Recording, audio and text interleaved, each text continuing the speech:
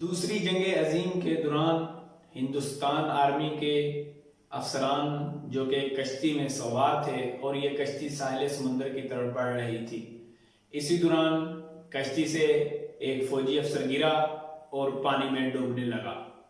पानी बहुत गहरा था और मुमकिन था कि ये फौजी अफसर वहीं पर पानी के अंदर डूबकर मर जाता, लेकिन साल्ट रेंज से ताल्लुक रखने वाले एक लंबे तड़ंगे सालदार मेजर ने पानी में छलांग लगाई और इस फौजी अफसर को डूबने से बचा लिया। जिस फौजी अफसर को डूबने से बचाया गया, ये फौजी अफसर कोई और नहीं बल्कि पाकिस्तान के 8वें आर्मी चीफ जिया-उल हक थे।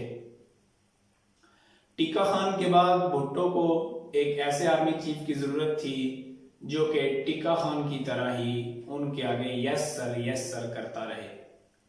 इसके हवाले से बहुत सारी बातें और क़यास-राइयां भी की जाती हैं, लेकिन गुल हसन के बकौल जिया-उल हक जब कोर कमांडर मुल्तान थे तो उन्होंने भुट्टो का दिल उस वक्त ही जीत लिया था। लेकिन स्टैले वाल्पर अपनी किताब द जुल्फी भुट्टो ऑफ पाकिस्तान के अंदर लिखते हैं कि जब टिक्का खान के बाद नए आर्मी चीफ की तलाश थी तो मुमकिन है कि खुफिया तौर पर फौजी अफसरान की तस्वीरें अपने सामने रखकर भुट्टो ने यह अंदाजा लगाया हो कि कौन सा फौजी अफसर है जो कि आंखों में सुरमा डालता होगा या कौन सा फौजी अफसर है जो कि नाक की सीट पर बालों में मांग निकालता होगा।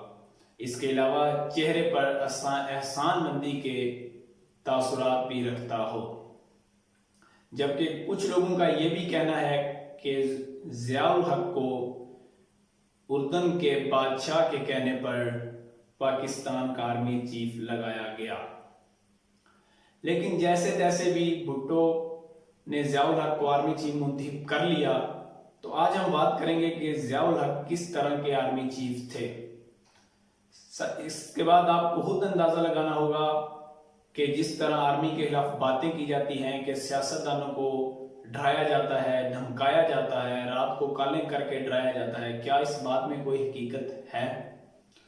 जब फौजी तारीख में पहली बार एक सिविलियन को कर्नल रेजिमेंट का इंचार्ज बनाने का फैसला हुआ तो जिया-उल हक ने यह फैसला किया कि एक रेजिमेंट की बजाय जुल्फकार अली भुट्टो को पूरी आर्म डिवीजन का इंचार्ज बना दिया जाए।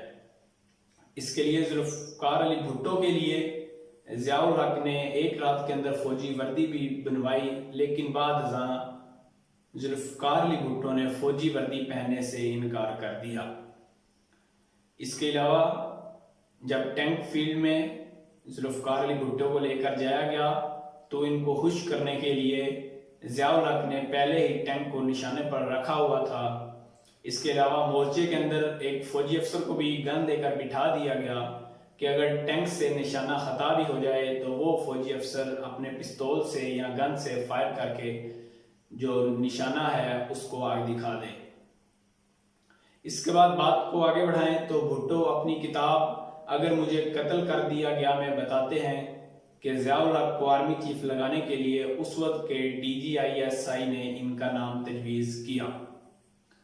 नाज़रीन, जिया-उल हक बहुत एक समझदार फौजी जनरल थे और वो जानते थे कि भुट्टो जो कि एक बहुत ज्यादा लड़ाकू और दयालु है, इसका दिल किस तरह जीतना है। और वो अच्छे तरीके से जान चुके थे कि खुशामद ही एक वाहिद जरिया है जिसके जरिए जुल्फकार अली भुट्टो के दिल का दरवाजा खोला जा सकता है। और जिया-उल हक ने ये वाला अपना मिशन बहुत एहसन तरीके से निभाया भी। इसका अंदाजा आप इस बात से लगा सकते हैं कि जब जिया-उल हक कोर कमांडर मुल्तान थे तो जुल्फकार अली भुट्टो मुल्तान पहुंचे तो जिया-उल हक ने कुरान के ऊपर हाथ रखकर कहा कि सर, आप पाकिस्तान के सबसे बड़े लीडर हैं, आपके अलावा किसी लीडर का सोचना भी नामुमकिन है। जबकि एक और बात उन्होंने कुरान पर हाथ रखकर कही, वो ये थी कि मैं, मेरा खानदान हमेशा आपके वफादार रहेंगे। इसके अलावा स्टैले वाल्पर अपनी किताब जुल्फी भुट्टो पाकिस्तान के अंदर लिखते हैं कि काबीना के इजलास में जुल्फकार अली भुट्टो का जिया-उल हक के साथ रवैया हमेशा तौहीन अमेज होता था, लेकिन जिया-उल हक हमेशा इस बात को दबा देते या आप कह लें कि बर्दाश्त कर लेते थे।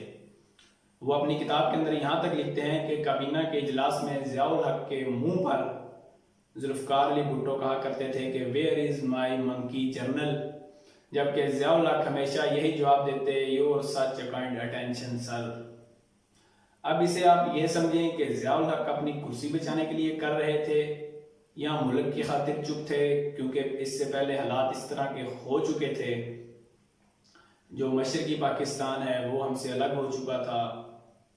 तो क्या ज़ियाउल हक उन सारे हालात को मद्देनजर रखकर चुप रहते थे? इसका अंदाज़ा आप खुद लगाएंगे। इसके अलावा मैं अगर आपको यहाँ पर एक और बात बताता चलूँ कि जो ज़ियाउल हक थे वो हमेशा जो जूनियर अफसरान थे उनसे हमेशा इज्जत और प्यार से पेश आते। इसका अंदाज़ा आप इस बात से लगा सकते हैं कि जब वो GHQ के अंदर आए तो उनको आर्मी चीफ बनने के बाद GHQ में आए तो जिन अफसरान ने या जो जूनियर एहलकार थे जिन्होंने इनको गार्ड ऑफ ऑनर पेश किया, उनको ज़ियाउल हक ने तोहफे में घड़ियां दी। इसके अलावा ज़ियाउल हक के जो मशगले थे वो भी काफ़ी नादान लोगों जैसे लगते हैं। इसका अंदाज़ा आप इस बात से लगा सकते हैं कि मेजर जनरल वजाहत हुसैन अपनी किताब के अंदर लिखते हैं कि जब एक दफ़ा जो ज़ियाउल हक थे उनका तबादला मुल्तान से खारियां के अंदर हुआ तो उन्होंने अपने सामान की मुंतकिली के लिए 3 फौजी ट्रक मांगे जो कि इनको दे दिए गए। बाद अज़ां इन्होंने 8 मजीद फौजी ट्रक मंगवाए या मांगे। तो जब इनसे वजह पूछी गई तो ज़ियाउल हक ने बताया कि उन्होंने मुल्तान के अंदर मुर्गियां पाल रखी हैं और इनको खारियां में लाने के लिए कम से कम 10 से 11 ट्रक हमें चाहिए, जो कि बाद अज़ां इनको दिए भी गए। ज़ियाउल हक का एक गुनाह यह है कि जब पाकिस्तान आर्मी की एक यूनिट उर्दन के अंदर गई, जो उर्दन की आर्मी थी उनकी ट्रेनिंग के लिए, तो सबसे पहले यह तय हुआ था कि ये यूनिट बस ट्रेनिंग तक ही महदूद रहेगी।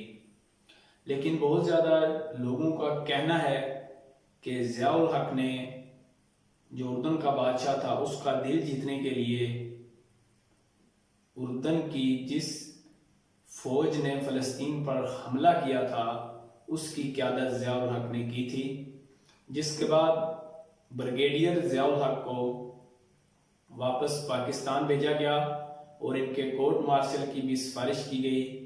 लेकिन मशरकी पाकिस्तान का तनाज़ा खड़ा हो गया जिसकी वजह से ये कोर्ट मार्शल इनका होने से बच गया। जबकि गुल हसन के बकौल उस वक्त इनका कोर्ट मार्शल होने से मैंने बचाया, जिसका तज़किरा वो अपनी किताब के अंदर भी करते हैं। इसके अलावा ज़ियाउल हक इस्लाम से मोहब्बत रखने वाले आर्मी चीफ थे और इन्हीं की वजह से फ़ौज के अंदर ईमान, तकवा और जिहाद फी सबीलिल्लाह का अभियान आया।